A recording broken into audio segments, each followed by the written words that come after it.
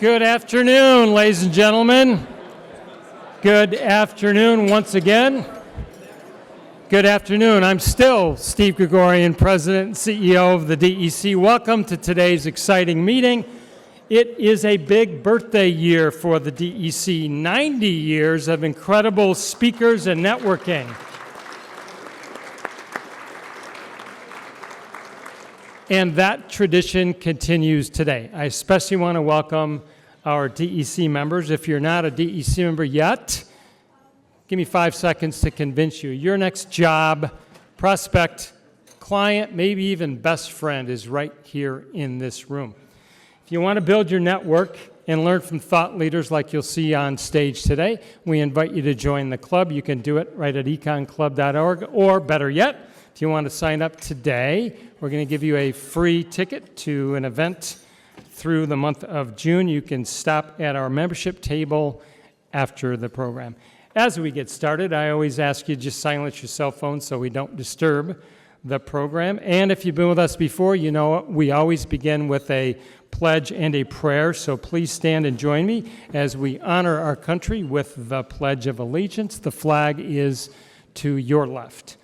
I pledge allegiance to the flag of the United States of America, to the republic for which it stands, one nation, under God, indivisible, with liberty and justice for all. And kindly remain standing as our invocation today will be delivered by our good friend, Father John Phelps from Life Directions. Father Phelps.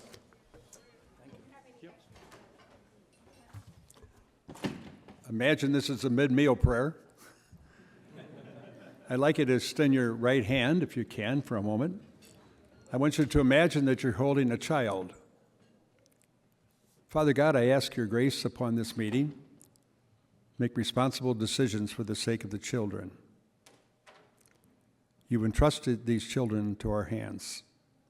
They are vulnerable, they are weak, but our conversation and compassion seek the wisdom to do our part, to lessen hostility and hate, especially touch the world that's in turmoil, so that all sides may find peacemaking. In the words of Isaiah, I'll never forget you. I've carved you in the palm of my hand. So we thank you, Lord, for this meeting. We thank you for the support staff. And we thank you for inviting us to know how to be responsible with what you've given to us. Amen. You're welcome. Thank you, Father. You may all please be seated. I want to quick special thank you to WJR, who's doing their focus show live in the next room, and you can pop in and watch them after our program today. So, you know, students are here today, and always courtesy of our generous corporate sponsors. It's an important part of the DEC, and their morning already began with a private reception with Jim Fitterling. I want to take a moment and let you know the schools that are with us and who sponsored them. So we've got a group from Melvindale, the Cardinals, sponsored by Dow Chemical. Thank you, Dow and Jim and team. Two groups from the Mighty Maples at Seaholm High School. Okay, I like it. Look at that's good school spirit. I love it. One group sponsored by Jim and Peter and Dow, and another group by Kevin and the great team at KPMG. Thank you, guys. Henry Ford II is here, thanks to Jen Smith from Deloitte, and the amazingly talented students from the Manugian School in Southfield, thanks to Angie and Brad and EY. So please join me in a round of applause to welcome the students, thank their sponsors. A couple things on your table. Let's talk season lineup. It's April in the D, but it's April at the DEC, and our lineup is packed. We've got something for everyone. Next week, right here in this room, April 23rd, Barbara McQuaid will be with us, and she's got a brand new book out called Attack from Within, focused on disinformation, and she'll be joined on stage by our Secretary of State, Jocelyn Benson. That'll be a fantastic conversation. Our favorite baseball team, the Detroit Tigers, will be in this room on April 30th. Excuse me, and also in this room, May 2nd, is CNN's CEO of the Year. That would be Mike Sievert from T-Mobile. Right here, get those tickets. There's tons more on our website, and we'll be adding some more as well. So look forward to seeing you there. Also on your table is our sponsors. I always want to take a moment to thank the sponsors and partners. We would not be here if it was not for their generosity. If you're interested in joining that list of sponsors and partners, be happy to talk to you at any time. 90 years of speakers, and those speakers tell the history of our country. Jim Fitterling, you now join a distinguished list of 10 others who spoke on this date, April 17th. Here's a couple of highlights. 1944, think of the year. U.S. Chamber of Commerce President Eric Johnston delivered a speech titled "The Road to Realism for American Business." 1961, Michigan Governor G. Menon Williams, who later served President Kennedy. And I think right here in this room, 2007, we were entertained by the wit and humor of Detroit Tigers manager Jim Leland. I still remember how he cracked everybody up that day. So today we're pleased to add you, Jim, as our 11th speaker on this day in history. So congratulations to you, and thank you for being with us today, Jim.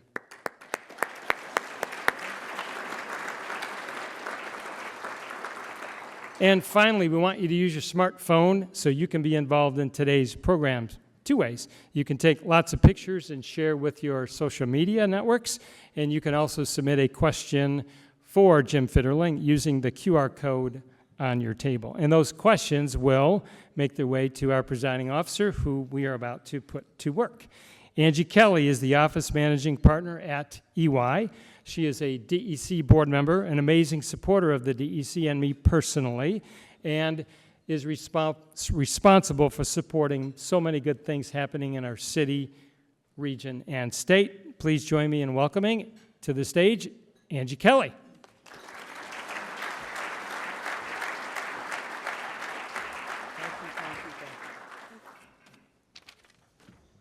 All right, thank you, Steve, and good afternoon, DEC members and guests. It's my pleasure to introduce today's speaker. Jim Fitterling is Chair and Chief Executive Officer of Dow. He became CEO in 2018 and was elected board chair in 2020. Jim joined Dow in 1984, which he shared with us, 40 years at Dow, which is amazing. And over his career, he spent many years in leadership roles across Asia and business positions all across Dow. He's a passionate advocate for inclusion, diversity, and equality, and he leads Dow's drive to diversify its global talent. He is chair of the board of the National Association of Manufacturers and is on the boards of 3M, the Business Roundtable, and of course, the Detroit Economic Club. Our moderator today, we'd also like to welcome, is familiar to you all. Daniel House is the senior editor and business columnist at the Detroit News. Daniel holds a bachelor's degree in history from the College of Worcester in Ohio and a master's in international affairs from Columbia University. Ladies and gentlemen, please give a warm DEC welcome to Jim Fitterling and Daniel House.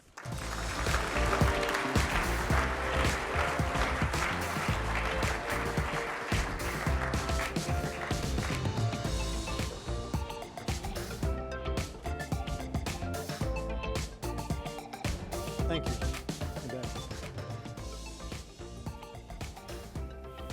Well, welcome, Jim. Glad to have you, and you sit astride with your business, I think, some very, very critical issues that we are dealing with in this state and this country and, frankly, the world: energy independence, carbon, decarbonization. But before we get started on that, I'd like for you, for the audience, and to some extent for me, to kind of describe what Dow is today. There was a series of transactions a few years ago, a merger with DuPont, then it was separating, and I'm not quite sure I understand fully what you are today compared to what the Dow was of old. Yeah, it was, I'll have to relive that. There's parts I don't want to relive, but I'll relive part of it. I'm sure. The merger with DuPont, I think at the time, Dow had a very large materials business, which I run now. We had an agricultural business, which was sizable. We had also some specialty chemicals business in electronic materials and other things. And the view of Wall Street for a long time has been to invest in pure plays in the market. So their view was big conglomerates that were trying to run disparate businesses, different business models, didn't work. DuPont had a similar setup, and so the idea was a marriage of Dow and DuPont, two giants coming together to spin out three companies. The ag business was a big driver of it because Dow had access to some of the best seed traits that were in the industry. And these were traits that could be bred into corn or other products to actually make them more resistant to disease, which would actually mean you would need to use less chemicals on them in the field. And precision agriculture was, starting to come of age. Digital ag was coming of age. And DuPont had Pioneer, which was one of the top two seed corn companies in the country.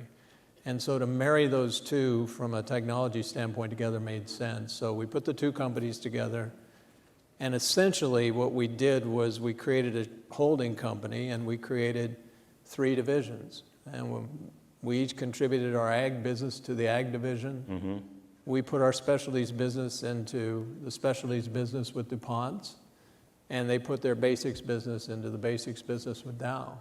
And we spun out first, and then ag, and then DuPont. And you're the was basics. left. Yeah. So we today are plastics. We're one of the top three producers in the globe for plastics. Think plastics for packaging, health, medical care products, baby diapers, you name it.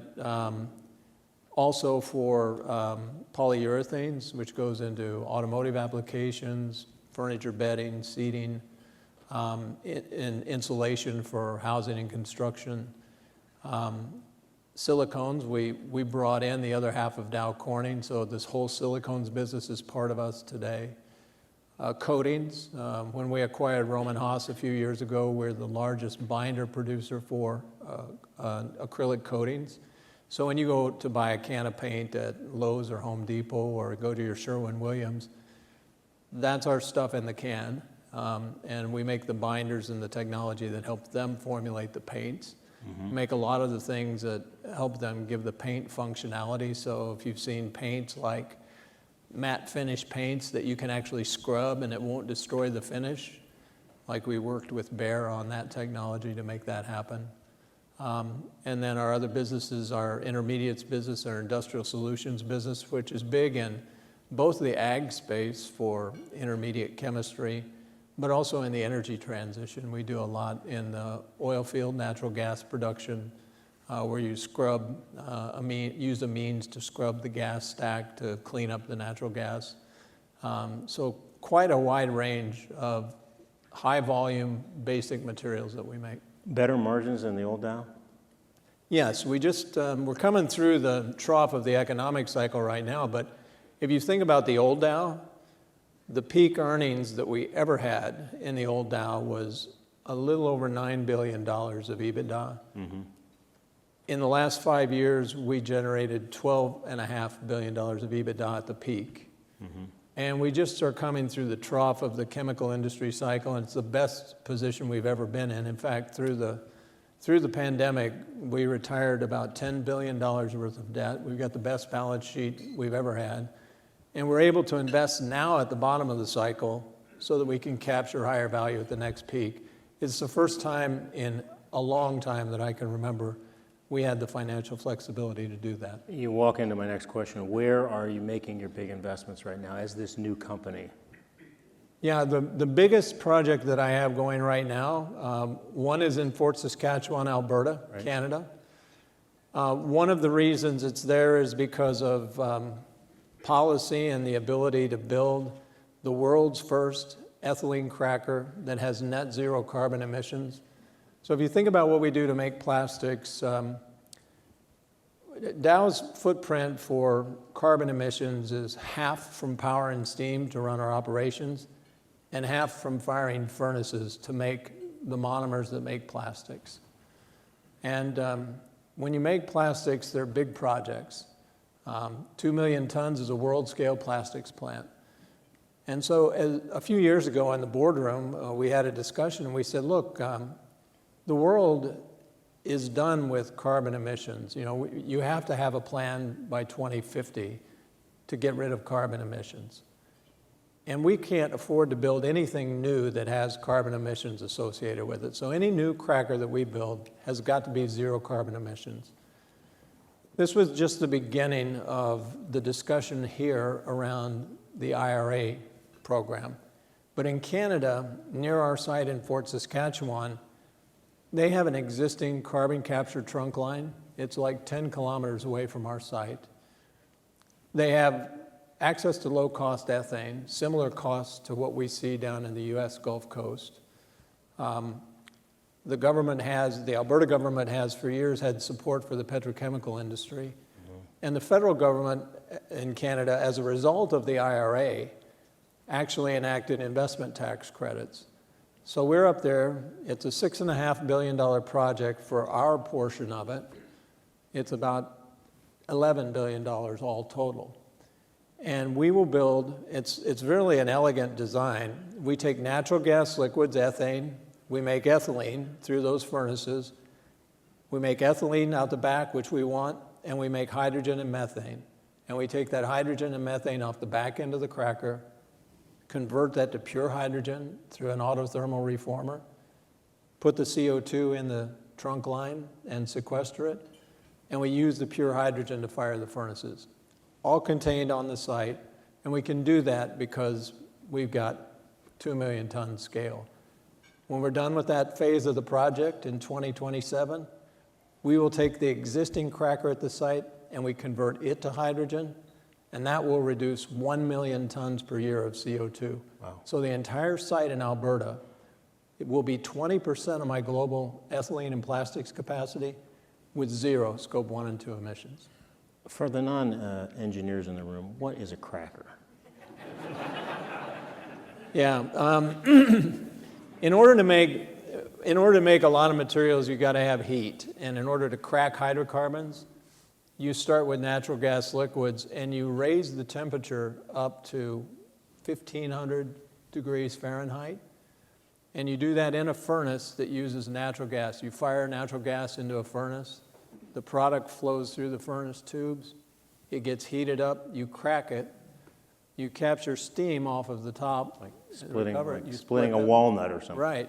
And then you cool it down quickly in the back end of the plant. That takes a lot of energy too. And when you cool it down, you can separate it into the components. The best definition ever, we were in the control room at one of the plants one time, and you got your board and you're in the control room with the operators, and like anything can happen in that environment. And one of our board members was James Bell, who was on the board at Boeing. And he walks up to one of the operators and he said, "What do you guys do here anyway?" And I was like, oh man, this is the moment, right? This is where I get the answer that I don't want. And the operator looked at him and says, "On a good day, we keep the hot side hot and we keep the cold side cold." And I'm like, that's a great answer. Great answer. Great answer. When you do that, you make those products and then you convert them into plastic pellets that make the stuff that you use every day. Packaging for resealable packaging for meat and cheese that you would get in the grocery store, those kinds of things. Mm-hmm. In other parts of the world, nuclear power is a bigger chunk of the overall power load and production, I believe, than the United States. Do you, at Dow, think that nukes have a real important and critical place in a clean energy future? And if so, how and why? Nukes are going to be critical for us. We have a project right now with the Department of Energy under the Advanced Reactor Demonstration Program. We intend to build 4 80-megawatt small modular reactors down at our Seadrift, Texas site. And just to give you an idea, that creates 320 megawatts of electricity, but each of those reactors creates about 200 megawatt equivalent steam. And we use as much steam as we do electricity on the site. So I can take that entire Seadrift site to zero Scope 1 and 2 emissions with that investment. The space that takes is about 3 acres on a 20-acre site. That's all I need to do that. There's a 3,300-acre solar farm that's right next to that doesn't generate enough electricity for us to power the operation. So when you think about the density of the energy, the safety, especially with the small modular nuclear reactors, they are inherently safe. They're walk-away safe. So What does that mean? if you remember Fukushima, for example, in Japan, when that happened, they lost utilities when that tsunami hit, and they couldn't put the control rods in to stop the reaction. And so then the reaction will run away. This is a different fuel source. It's a different kind of reactor. And so if you lost utilities, the reaction wouldn't run away. It would decay on itself, and you could just walk away from it. There's no So you don't need safety risk. generators like we've heard about Zaporizhia and Ukraine. You don't need generators Right. to replace the power. That's right.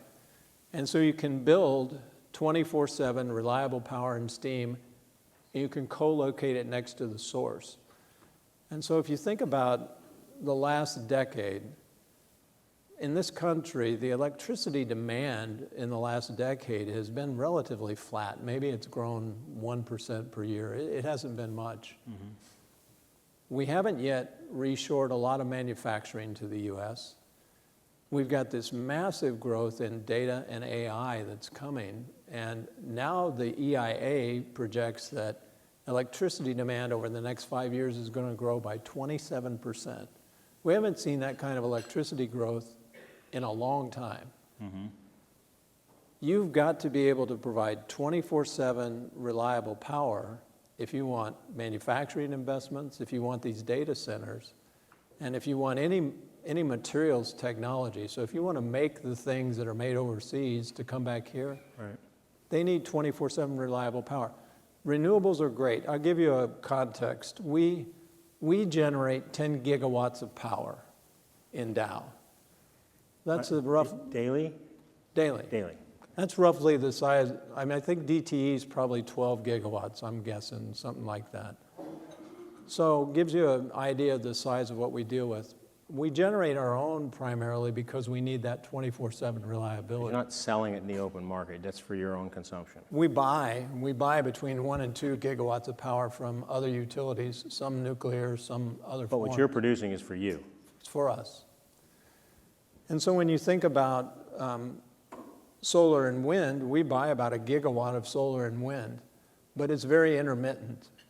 And I reach a technical limit. Like when I get to about 10 to 15% of my energy from solar and wind, I start to get unreliable. I need either it's got to be gas, combined cycle, which is primarily what we use today, or maybe if you have a site like Canada, where I can have access to hydrogen at a big scale, I can put in a gas turbine that'll burn hydrogen, so that's an option.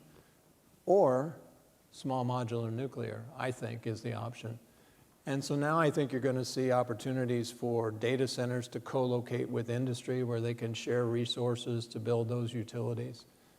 The utilities themselves, over the last decade, have been trying to become more efficient. They've been focusing on retiring coal-fired power plants, which is base load, and replacing it with solar and wind. But the reality is a coal-fired plant that's a gigawatt in size has dispatchable electricity of about 900 plus megawatts to the grid all the time. And solar and wind can't do that. There are periods that they're just not, there is no sun and there is no wind. They can't generate it. So are utilities looking at the small modular nuclears as well? Not yet, but I think they will. I think they're watching what will happen. They're interested in, can industry make it go? Our approach, and the reason we got involved with DOE, was we wanted to work with X Energy, which is a startup company, Right. and help them with engineering expertise to say, how do you make this cost effective? One of the challenges with nuclear has been big cost overruns on projects. And if we can we're not in an industry where we can afford any cost overrun on a project, or else the margins will be nil on our products. We can't just pass it on to the ratepayers. Right.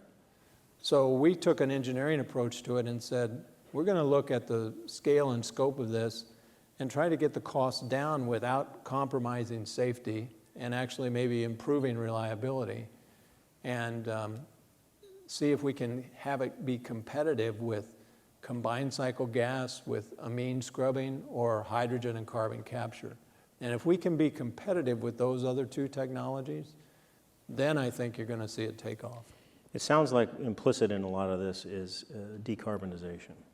Absolutely. And, you know, there's a whole lot of issues. There was a piece in the New York Times this morning, a Q&A with Al Gore, expressing his total cynicism about corporate decarbonization goals.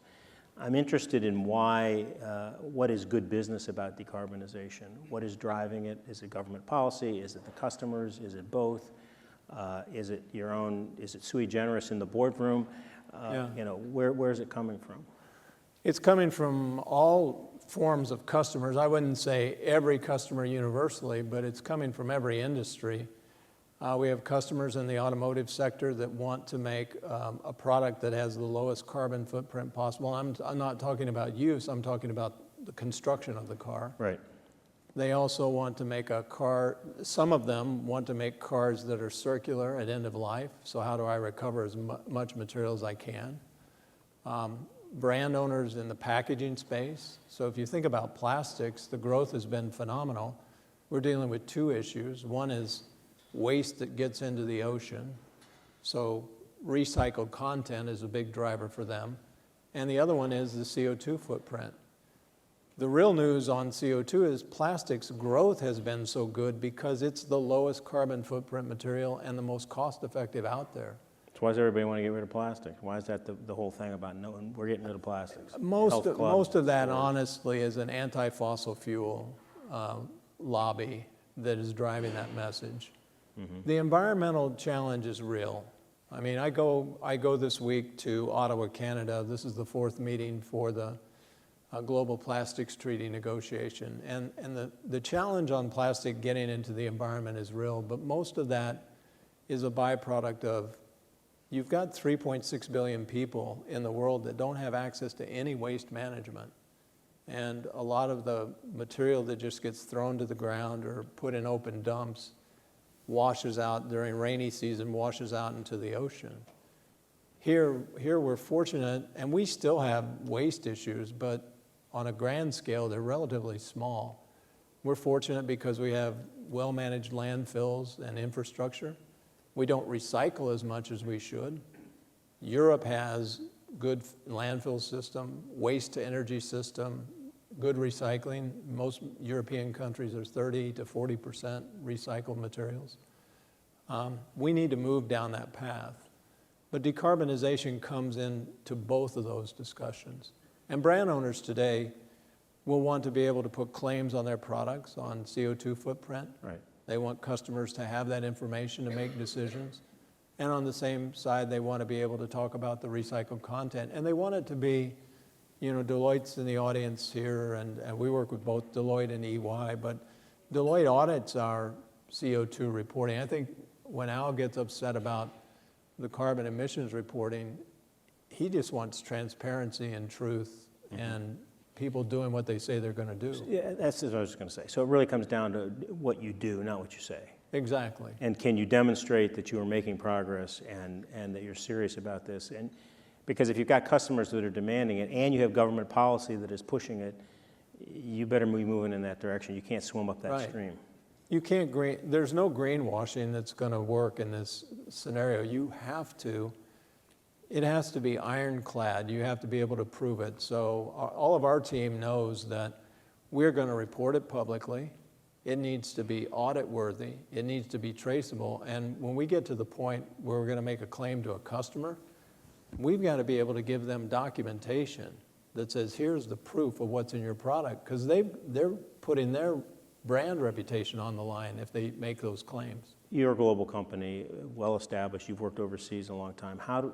Rank for us a little bit about where the U.S. government and the U.S. industry is in this kind of decarbonization arc compared to, say, in the EU as another example, or the more developed Asian economy? Between the infrastructure bill and the IRA, we did some fantastic work, bipartisan support for a lot of innovation and a lot of technology to move us into the lead in this space. And you could tell that by how quickly Canada and others followed suit. The European Union, on the other hand, has taken a different approach and I would say painted themselves into a corner a little bit. America's advantage, especially from a manufacturer's standpoint, America's advantage has always been its energy advantage. We have that plentiful resource. And we use that to our advantage. We also export that to our allies to help them. But we, on top of that, if we can have access to all forms of energy and all forms of innovation, what works in Midland, Michigan is not going to work in Texas, may not work in Alaska. Right. You have to have, the market has to play a role here in what works locally. And IRA was an all of the above approach. It wasn't prescriptive. For example, on hydrogen, in Europe, they said, if you want to make a claim about having hydrogen energy and zero carbon, it has to be green hydrogen. Green hydrogen is terribly expensive, like 15 times the cost of natural gas. You have to get to a place where you're not burning anything, right? Well, the other thing, and they're saying, well, nuclear will make the electricity low, and I'm like, look, Dow spent 127 years putting electricity through cells to make chlorine and caustic. We know a little bit about the economics of splitting molecules with electricity. You're splitting pure water with electricity, and then you're turning around and you have to make hydrogen. So I got to make it from either natural gas or splitting water. And it takes a lot of electricity to make it, and then what am I going to do with it? I'm going to turn around and use it to make electricity again? They're like, we didn't think about that. That doesn't make any sense. So I think blue hydrogen, like the Alberta project, would be called a blue hydrogen project. Right. With carbon capture is going to be the next most cost-effective thing we can do beyond natural gas. Small modular competes with that, then you've got the ability to put a small modular nuclear reactor there, and you don't have to worry about CO2 sequestration. You're done. It strikes me that the reality of engineering and chemistry in this case is it's an iterative process here. Yep. You can't jump from 1975 to 2030 in 3 years. And we're seeing the same thing in the auto industry. I mean, the last 6 or 7 months, EVs have really taken it on the chin. Hybrids are exceeding their sales rates, and the whole industry is pulling back and realizing that we're not going to get to that nirvana as quickly as we can, but we're going to make progress. I mean, I hear that's kind of what I hear you're saying. We are going to make progress. I think we have to demonstrate at scale. You have to demonstrate low-cost solutions. They can't be at any cost. They have to be low cost. And Europe has restricted everything. They said you can do this, but you can't do all of these other things. You can't drill for gas. You can't capture CO2 in the ground. You have to only make green hydrogen this way. We're only going to subsidize solar and wind. And they've backed themselves into a corner where today electricity costs are more than double what they are in the United States. Right.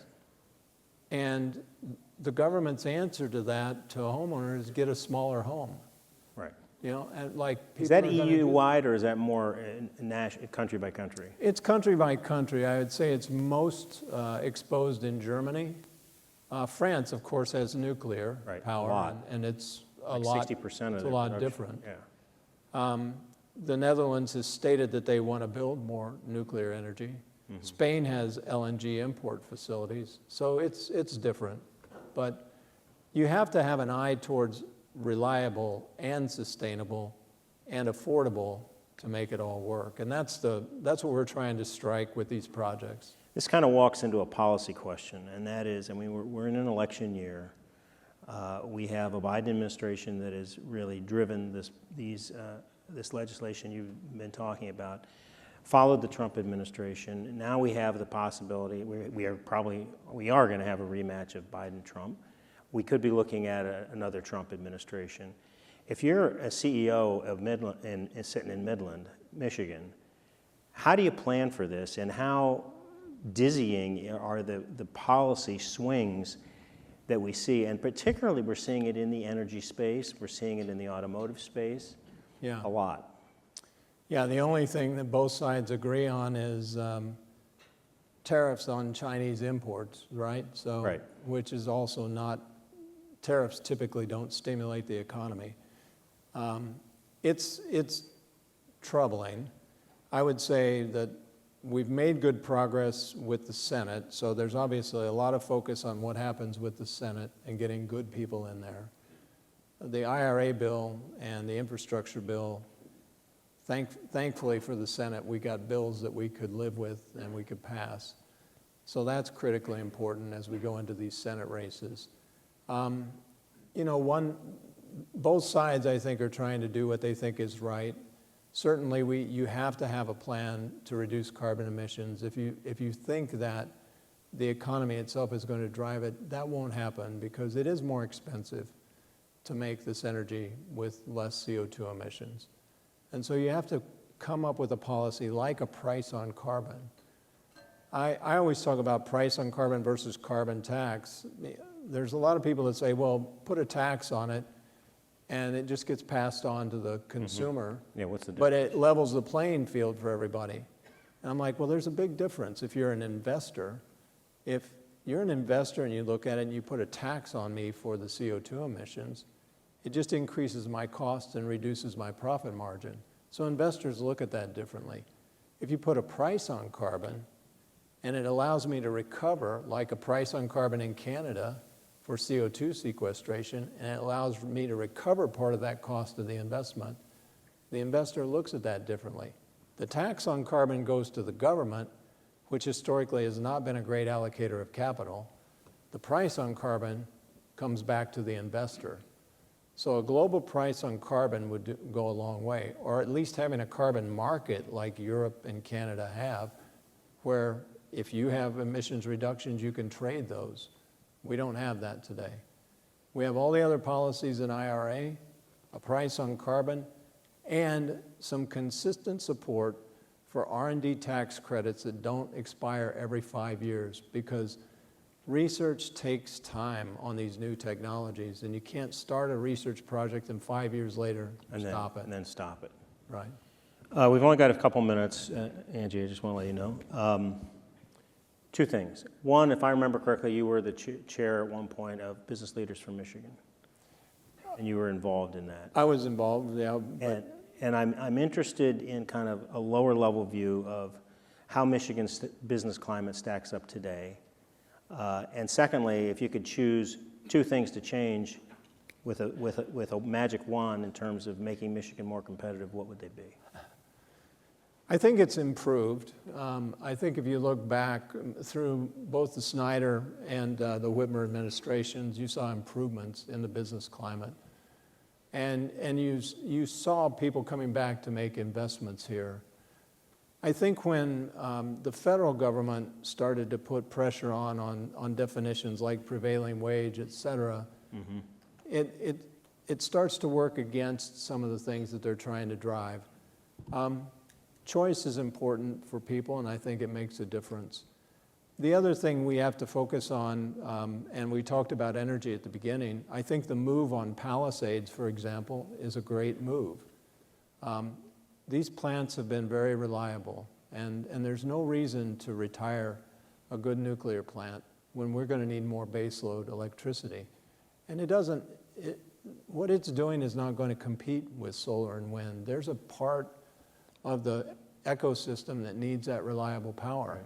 And you need both. And so energy policy is important. If we want jobs to come here, if we want technical jobs for data centers, the investments like we have coming up around Midland by Corning to get in the solar area, autonomous vehicles, robotics, all of that, we're going to need policies that touch everybody.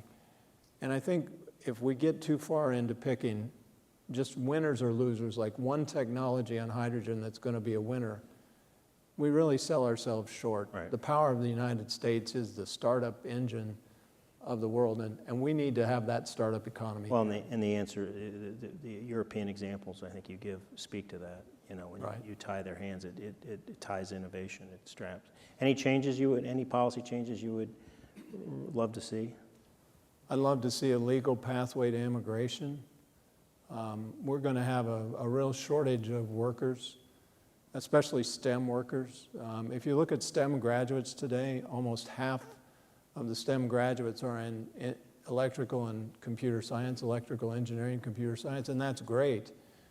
But we're going to need more mechanical engineers, chemical engineers, civil engineers, and we don't have enough enrollment going into that space. I think if we had better and fundamentally supported pathways to legal immigration, you graduate from school here, you get a green card, you immediately go to work, that makes a lot more sense. That right there is a whole story, what you just said.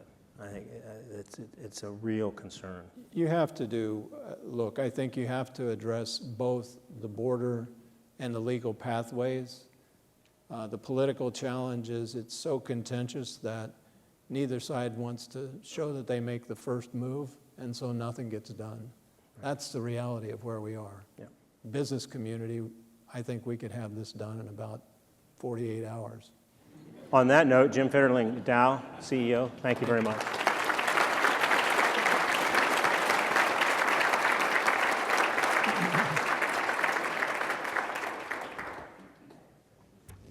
Well, we promised the students there was more time for questions, and they delivered, Jim. They Okay. have some more questions for you.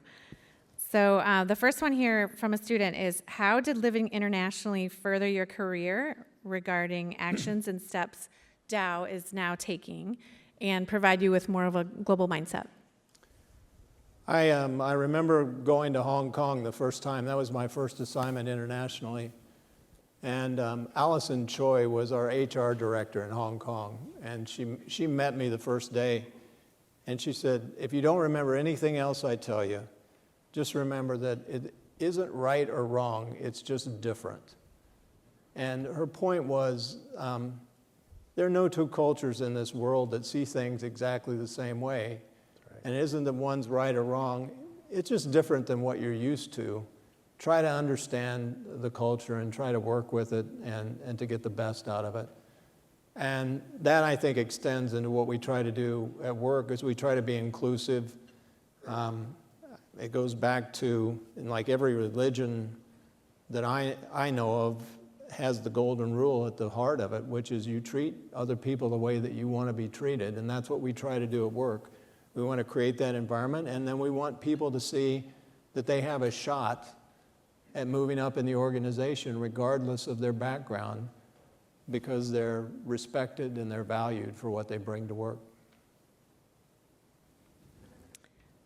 Well, on that note, you joined Dow 40 years ago, as we said. Can you touch on your career path and if you ever envisioned running the company, and especially getting into political issues and all of the, I mean, I know you say you're an engineer at heart and a business leader by trade now. I graduated in 83, December of 83, which was in the oil shock. So there weren't a lot of engineering jobs going on at that time. And so Dow had openings in technical sales. And one of them was in the water treatment business to sell to power plants and utilities. So I spent 20 years in that business. I started in sales and I worked my way up. My first assignment overseas was in that business, running a regional group. And then I came back and ran the business globally. And then because of my Asia experience, I had the chance to go back to Asia, run a large joint venture in Thailand, which was like a miniature version of Dow globally. And then we bought Union Carbide, and they were building a similar joint venture in Malaysia. So I moved from Thailand to Malaysia to integrate them. And that kind of gave me the full breadth of experience with joint ventures, all the business lines, specialty business, commodity business, and I moved back to the U.S. and ran the plastics and hydrocarbons business and energy side of things, did corporate strategy for a while, and then was Andrew's chief operating officer when we did the Dow DuPont deal. Well, we talked a little bit about careers at Dow with the students, but one student's asking, what opportunities does Dow offer for students with public affairs or international relations degrees? Public affairs is, we have public affairs and government affairs both. They're a little bit different. So any of our public relations with the communities, this could include our community action programs in our communities. We have community action networks with the neighborhoods and the leaders in those communities. It could include, I don't know if Jeff Stoutenberg's here or not. There he is. He's our state, he's the guy that everybody in the state of Michigan knows, so he engages with the state of Michigan. It could be charitable, philanthropic giving, you name it. It could be doing communications in a product line or brands. It could be corporate reputation, so the people that help us with investor messaging or public messaging. So there's a wide variety of things that you can do in government affairs. It's a lot of in the detail work in terms of policies and bills and legislation and rules that either help or hurt business, and getting in the middle of all that discussion and trying to bring our point of view into that discussion. And then all the organizations like Detroit Economic Club and others that we belong to. Well, I think you've got some potential interns or future leaders in the room. And what is your pitch to help bring talent to Midland? More talent to Midland?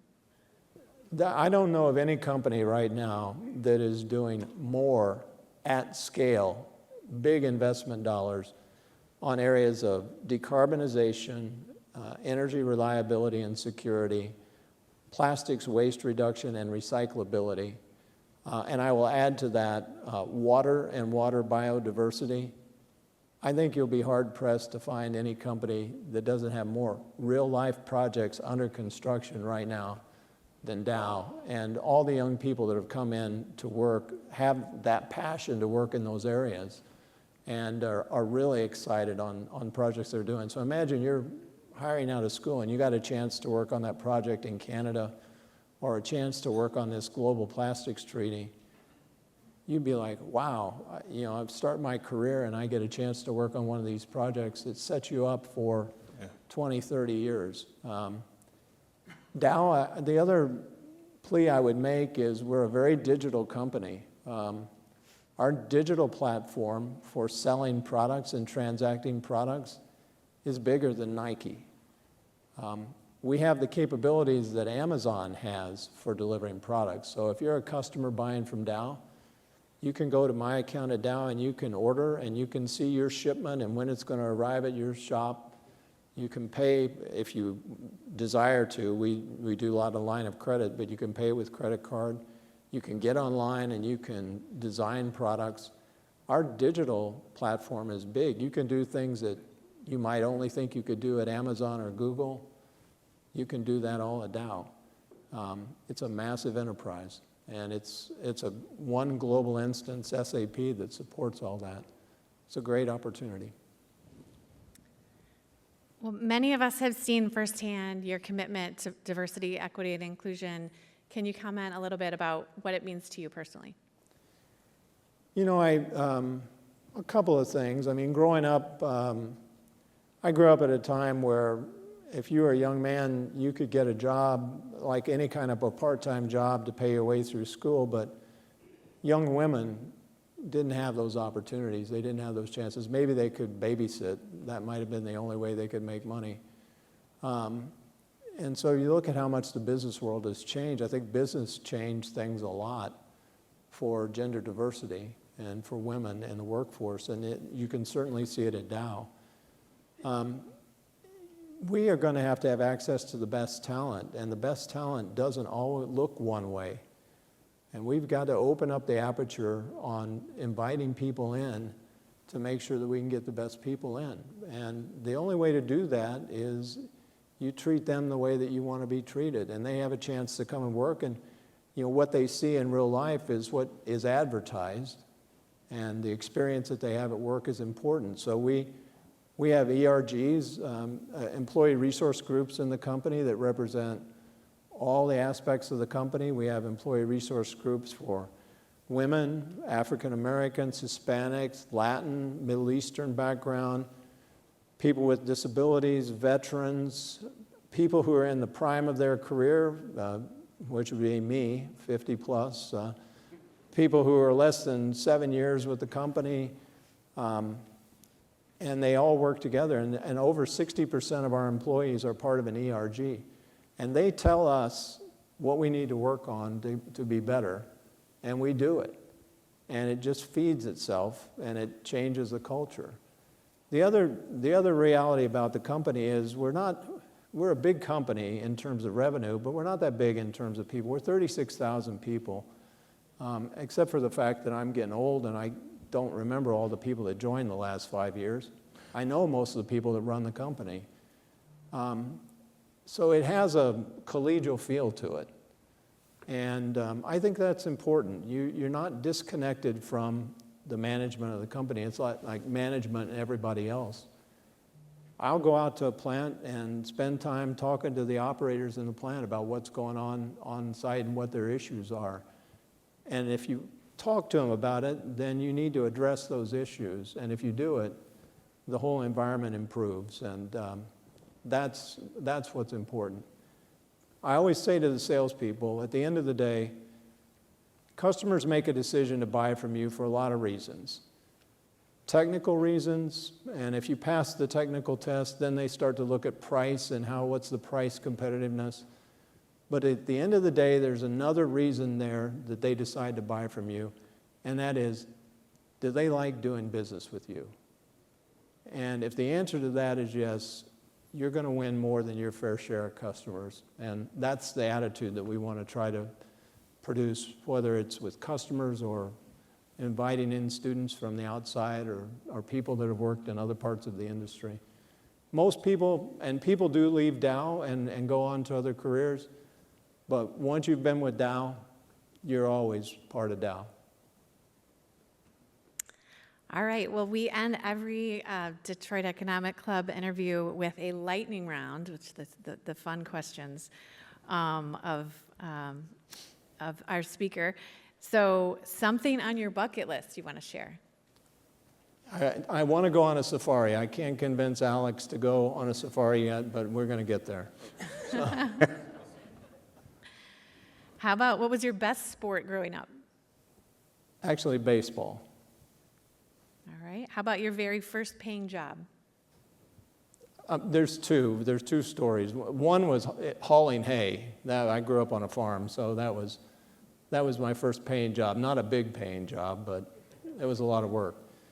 But a friend of mine's father had a mobile cleaning business, and think of high pressure washing. And we were in high school, and a bunch of 16-plus-year-olds going up to Kansas City, driving trucks with pumps and water tanks on them around the city, cleaning up everything from the country club plaza to postal service trucks to back ends of restaurants and everything else. That was kind of an interesting job. And finally, what advice would you give to your 25-year-old self? Change management is it's probably it's maybe the toughest, but it's the most important thing to do in your life. From my position as the CEO of the company, everything I do every day is trying to get us to move faster in a different direction. It's all about change management. So I think I would have learned more early on about what does it take to get people to change, how do people respond to change, because not everybody's positive about change. I think that would have paid off. All right. Well, thank you, Jim. I'll turn it back to Steve. Thank you.